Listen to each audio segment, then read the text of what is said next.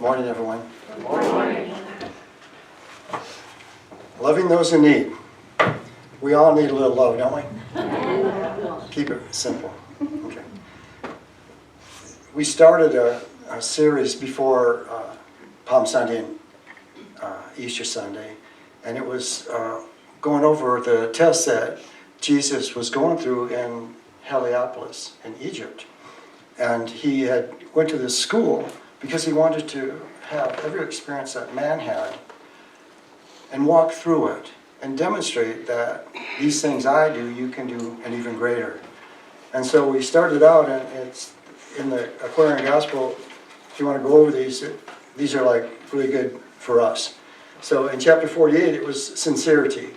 And he had to go into an underground cavern and just spend time to get to know himself, to know his soul. Who am I? And of course, he was tempted to betray the people that put him down there. And after he had really got clear on what he was going to do and who he was, when the priest came in to tempt him to find a secret way out of this passage, this is what he said: "Nay, man, my father scorns deceit, and I am here to do his will." He was guided to go to this school from God, from his Spirit. And he entered in with that consciousness of knowing who he was, and he was going to do this. And deceive these priests not while the sun shall shine. What I have said, I have said. I will be true to them, to God, and myself. So, sincerity to begin to be true to ourselves. And the second test he went through was justice. And to begin to take in all of the information that's presented to us at any time. And a lot of times when we're having experiences, we're quick to prejudge. We know what's happening, why it's happening, and maybe what you would do. And once again, he's tempted to maybe prejudge what's going on. And this is what he says to the tempter again. My conscience rules. What these my brothers have to say, I will hear. And when the testimony all is in, I will decide. You cannot judge for me, nor I for you. He had entered into this school to be a student of these teachers.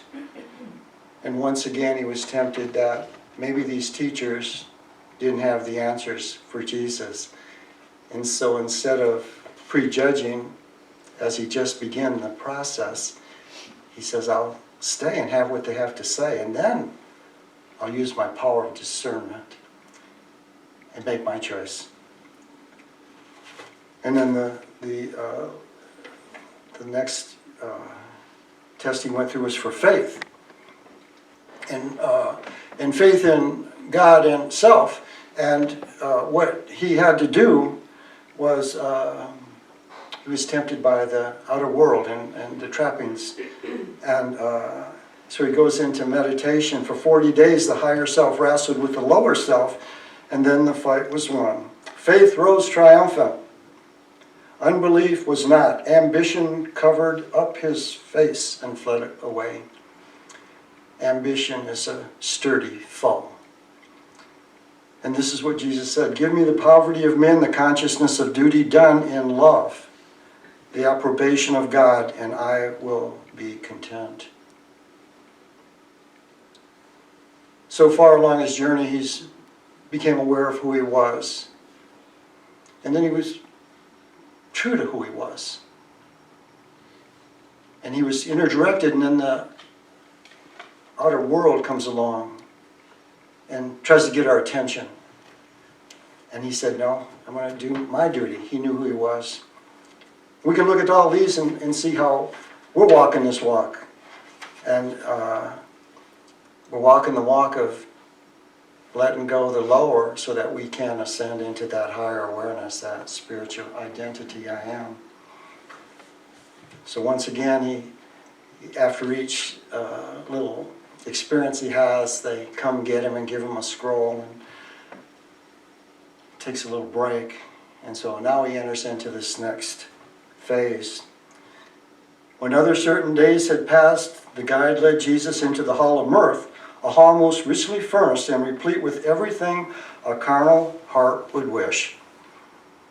Now there's a secret for us right there. There's this very nice, cool place with everything that the carnal heart would wish. As Jesus entered into these teachings in the school, he's trying to get really clear on how we can express our spiritual identity, our spiritual nature.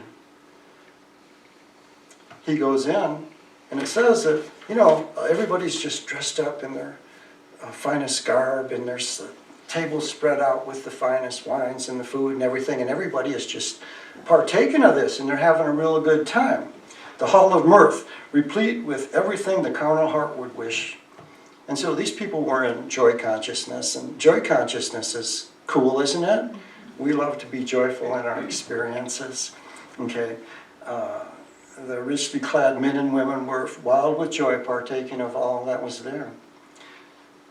And Jesus is just observing this. He's not joined in this party, and I think it can look back on, he's going to look at what's happening. He's not going to judge anything. He's just going to say, this is what's happening. Okay, I'm going to be here. And then a man dressed as a sage comes up to him, and this is what this wise man says to him. Most happy is the man who, like the bee, can gather sweets from every flower. The wise man is the one who seeks for pleasure and can find it anywhere. Then let us eat and drink and dance and sing and get the joys of life, for death comes on apace.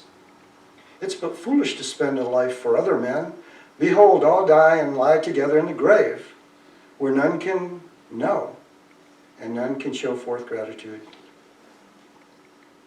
And Jesus just listened to him and kept observing the party going on just in silence, just gathering information. But Jesus answered not. Upon the tinseled guests and all their rounds of mirth he gazed in silent thought. And then among the guests he saw a man whose clothes were coarse, who showed in face and hands the lines of toil. He's kind of out of place in our story. The giddy throng found pleasure in abusing him. They jostled him against the wall and laughed at his discomfort. It's like, on a certain level, he didn't belong there, and they wanted to separate from him. And then a poor frail woman came and carried in her face and form the marks of sin and shame, and without mercy she was spit upon and jeered and driven from the hall. Once again, these people didn't think she belonged there, and so they abused her and cast her out. And then a little child with timid ways and hungry mien came in and asked for just a morsel of their food. But she was driven out uncared for and unloved, and still the merry dance went on. And then the pleasure seekers invited Jesus to join them. What do you think? I don't think so. How could I seek for pleasure for myself while others are in want? How can you think that while the children cry for bread, while those in haunts of sin call out for sympathy and love, that I can fill myself with these good things of life? I tell you, nay, we are all kin, each one a part of the great human heart. I cannot see myself apart from that poor man that you have scorned and crowded to the wall, nor from the one female in garb who came from the haunts of vice to ask for sympathy and love, but who was so ruthlessly pushed aside and out of the room, back into her den of sin. Nor from the little child that you drove from your midst to suffer in the cold, bleak winds of night, I tell you, men, what you have done to these, my kindred, you've done to me. I think the Law 1 says it pretty clearly. When one is harmed, all are harmed. When one is helped, all are helped. And it's a simple law that's can be easy to institute, but a lot of times we have to rise out of our lower nature. I call it pleasure when I help the helpless, feed the hungry, clothe the naked, heal the sick, and speak good words of cheer to those unloved and depressed. This is a Christ. This is a Christ speaking. This is that higher self speaking to that lower self, that carnal nature of man. That there is life beyond this. That the baubles and trinkets that we treasure so much in this dimension are fleeting. We are eternal souls, and our journey continues. And love is that vehicle that allows us to rise and ascend to live and experience that level of life, the eternal life.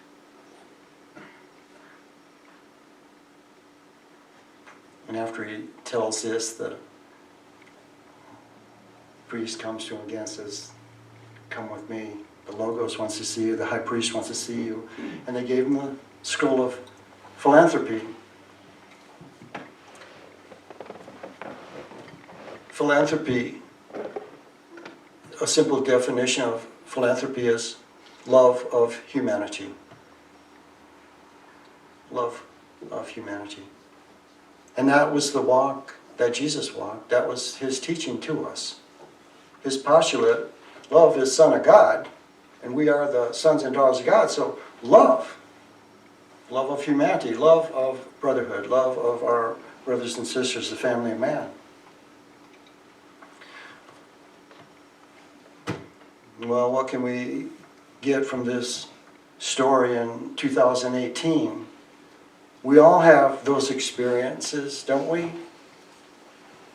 Haven't we all separated from people separated from us, because we maybe didn't match a level of consciousness that they were coming from? Those people at that party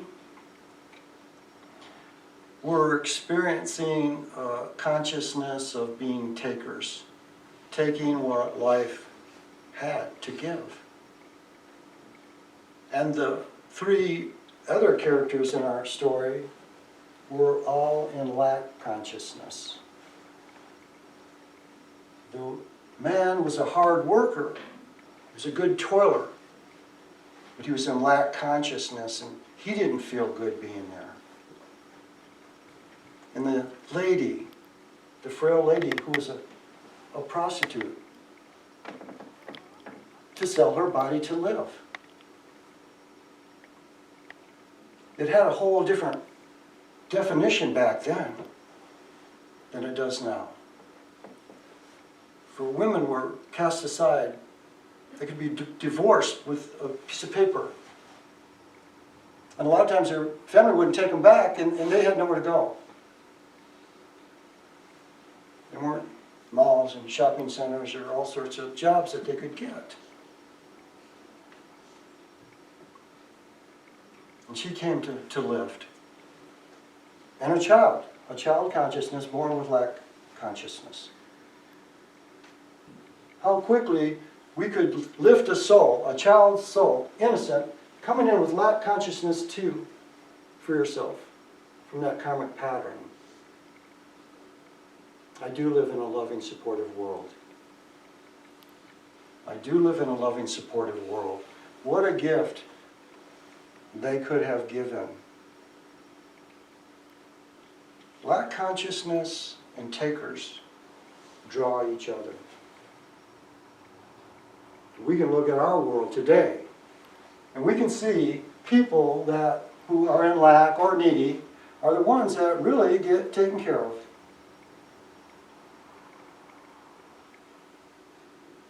By the takers.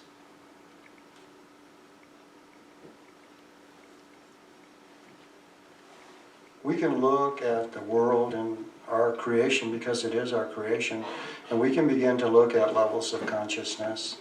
We can look at, who we are and what's going on.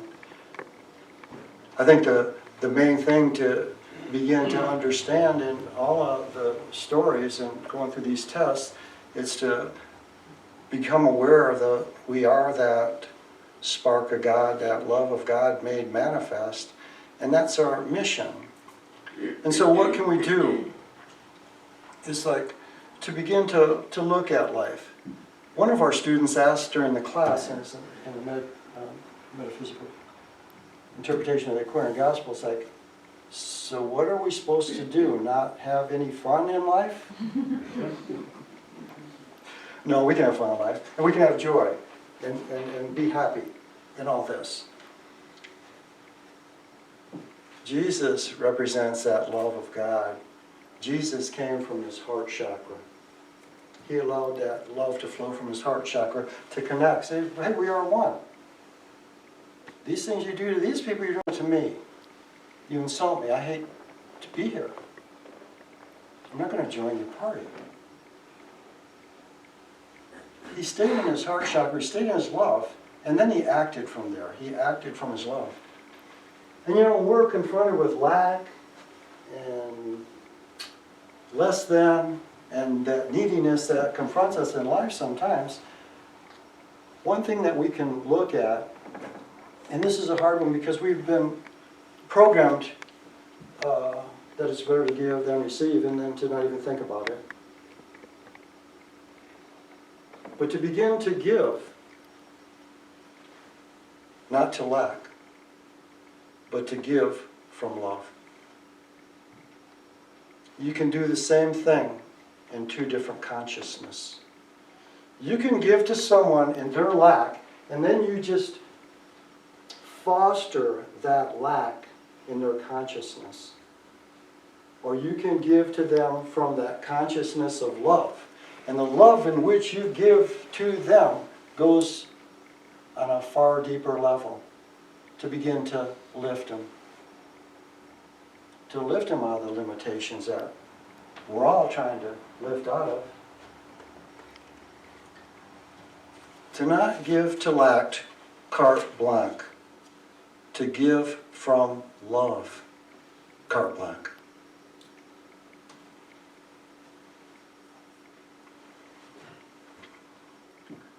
Lack consciousness draws taking consciousness. And both of those consciousness create separation. Just like the worker, he didn't feel a part of that. He was in his work clothes, had blisters on his hands, sweat. But he went there for some reason. The woman, she was guided to go there. There's so much that we can do in life if we really want to lift the consciousness on this planet. And the first thing that we have to do is get outside of our little self, our carnal nature, and go into our heart. That'll open up a whole new picture to us. Because until we start looking from our heart, and speaking from our, thinking from our, acting from our heart, we're not going to see each other as our brother and sister.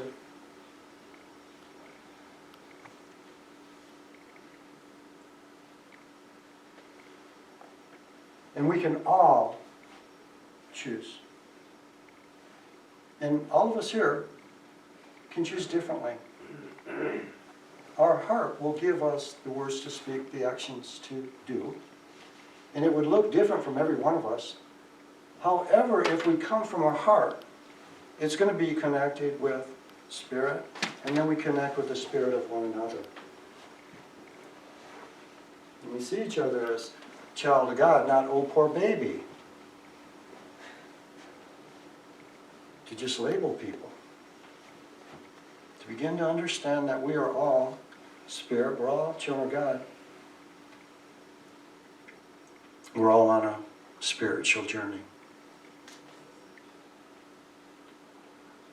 We are all on a spiritual journey, whether we know it or not.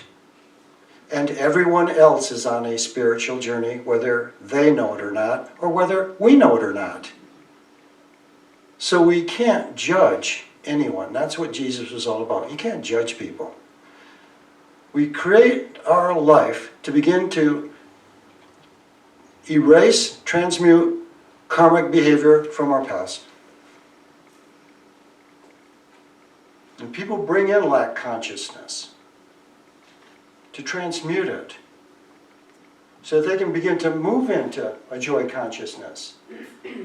And people create just that joy consciousness to create stuff, but then to lift up, to share my stuff. Our root chakra, getting it, get what I need. Our spleen chakra, keeping it. Our solar plexus chakra, controlling it. Now I think those people at the party did pretty good on that, didn't they? They created this hall of mirth and they enjoyed it, and hey, I don't know if you guys belong here.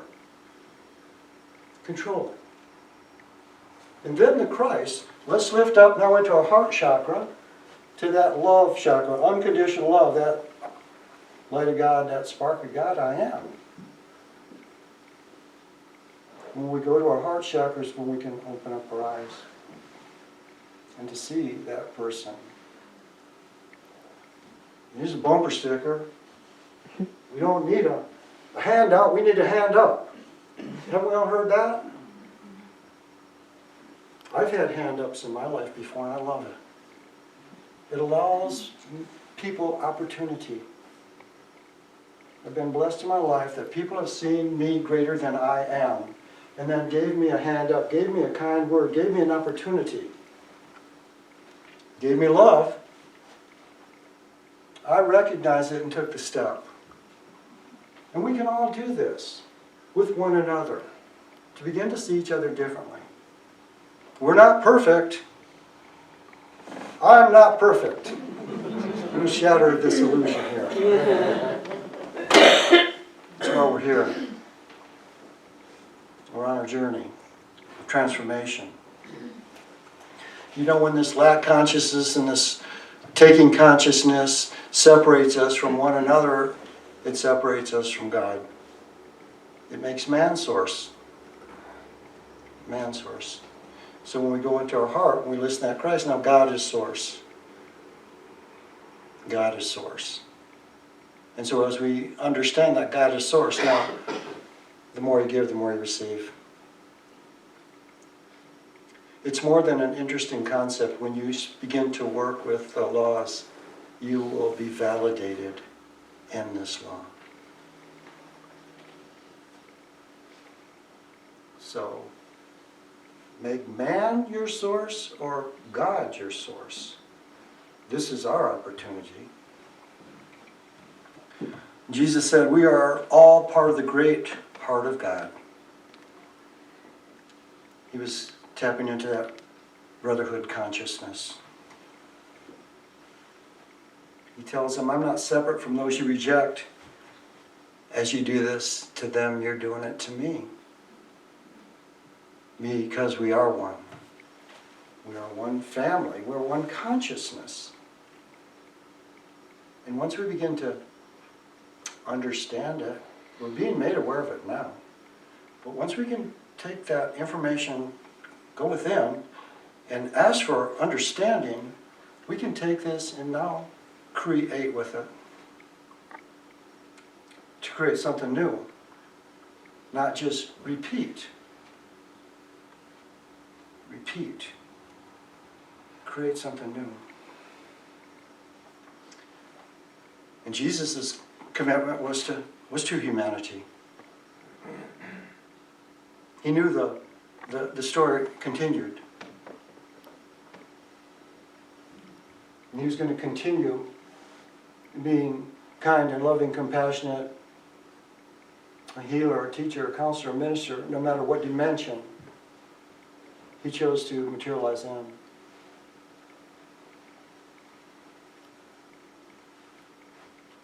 To bring hope and love to everyone. This was his great pleasure.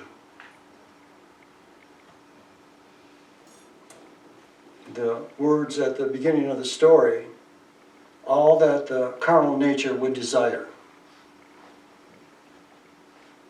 That was our clue. Jesus was all about spirit, all about the Father within. Me, you. And Jesus allowed his heart chakra to guide his actions. And that's a choice that we'll have. We can allow our heart chakra to guide our actions. And it may not always be acknowledged as the right thing to do, but you will be true to yourself. You'll be true to yourself, the self I am. To manifest the truth and love I am. Philosophy or philanthropy, goodwill or love to all mankind. Goodwill or love to all mankind. And it comes from a heart. It comes from a heart. And when we go into our heart, we'll get creative in what it is we're to give, say, or be. If we go here, we've got all sorts of programs that we can delete to. We hit the delete button, and then we do a pattern, a program. So we want to go into our heart and access that spiritual essence I am.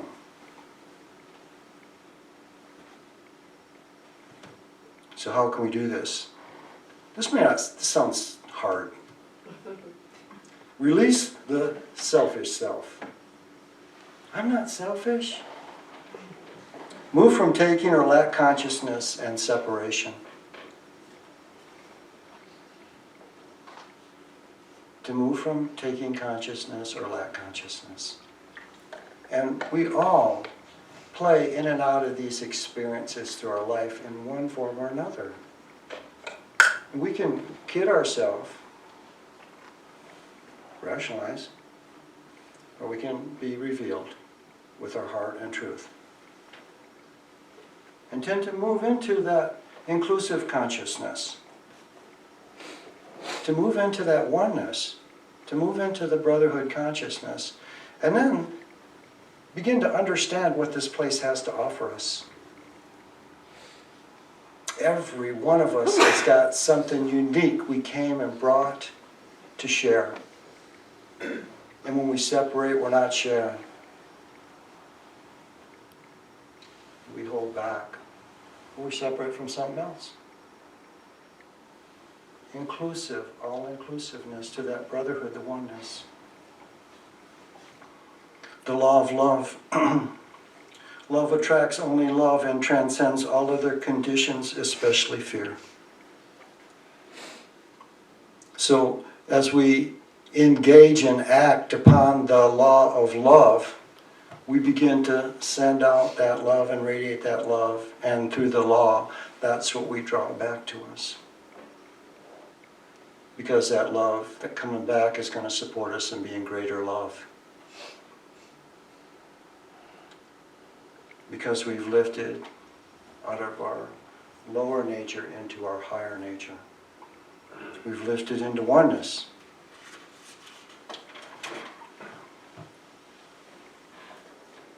It's through humanity that the divine plan for earth is to be worked out.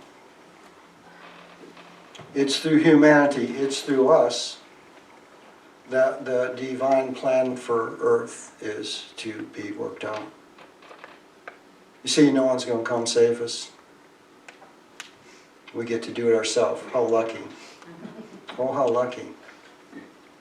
But we're not all alone. Because we all have angels and guides and teachers and a Christed nature. And Jesus the Christ. There's a host of energies that are supporting mankind. To open our heart. To see the divine plan for planet Earth. Not Madison Avenue's plan for planet Earth. And we're at a wonderful time of transformation that we're beginning to see and understand this, and it's starting to make sense to us. And so the next thing is to take that step, and the word is embody. Embody this truth, I am. Embody the light, I am. Embody the love, I am, in our daily living. In our daily living. Philanthropy is a good word, isn't it? Love of humanity. Well, I love you guys. Let's all go within. And as we close our eyes, let's close the door to the worldly way. And just breathe and feel that energy just taking you with him. And just breathe in that nice, long, gentle breath and ask to be taken to a beautiful garden in your heart. And just go right into your heart. You see this beautiful garden? And it may be familiar to some, new to others, but this is your garden. And I want you to just enjoy the essence of love in this place. For this is a place of peace, and joy, and love. And within your heart resides the one who cares. The one who loves you unconditionally. Who's ever there for you. As you walk through your garden, just become aware of a presence, a radiant presence of love and light. It could be any form it takes. We just know that this presence is that which unconditionally loves you and supports you. This round, this walk. And I want you to stand with them and just feel how they love you. Feel the love they have for you. And look at them. And gaze into their eyes. And just surrender. I now surrender the worldly way. I surrender the experience of separation. For I seek to know oneness. I seek to know love. I seek to know my soul. So as you stand with this one who loves you, just being showered in love,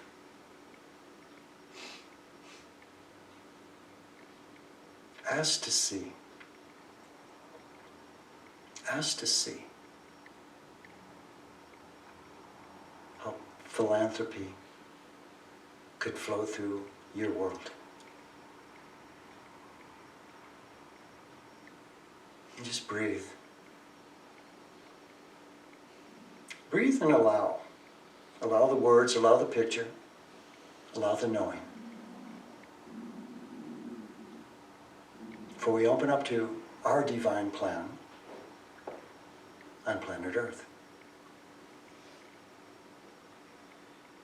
So just breathe and feel and know how loved you are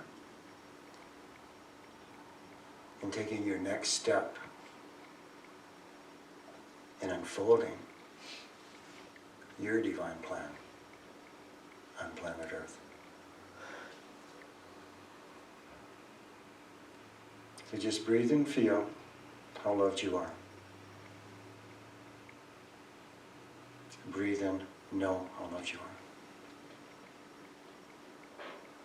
And breathe and feel the love that you are. God's love made manifest.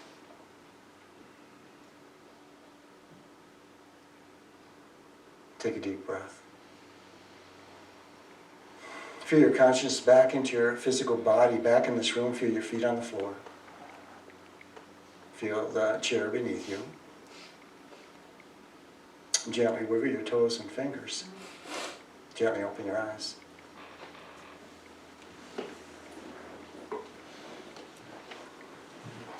The love of humanity Cindy and I do counseling here.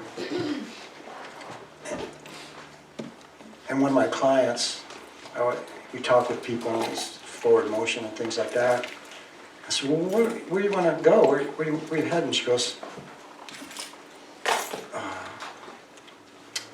want to be a philanthropist. I said, great. And they were making 6 figures and doing real good and a high-level job. But it just wasn't that fulfilling for her. I said, well, you know what? She was kind of waiting to get down at this end of the road here and then have enough money to be a philanthropist. I said, well, couldn't you be a philanthropist now? Interesting concept. Couldn't you be a philanthropist in your world now? Somehow. You don't have to give people $1 million. Sometimes they need $20. We counseled for a while and everything. Needless to say, her life has changed.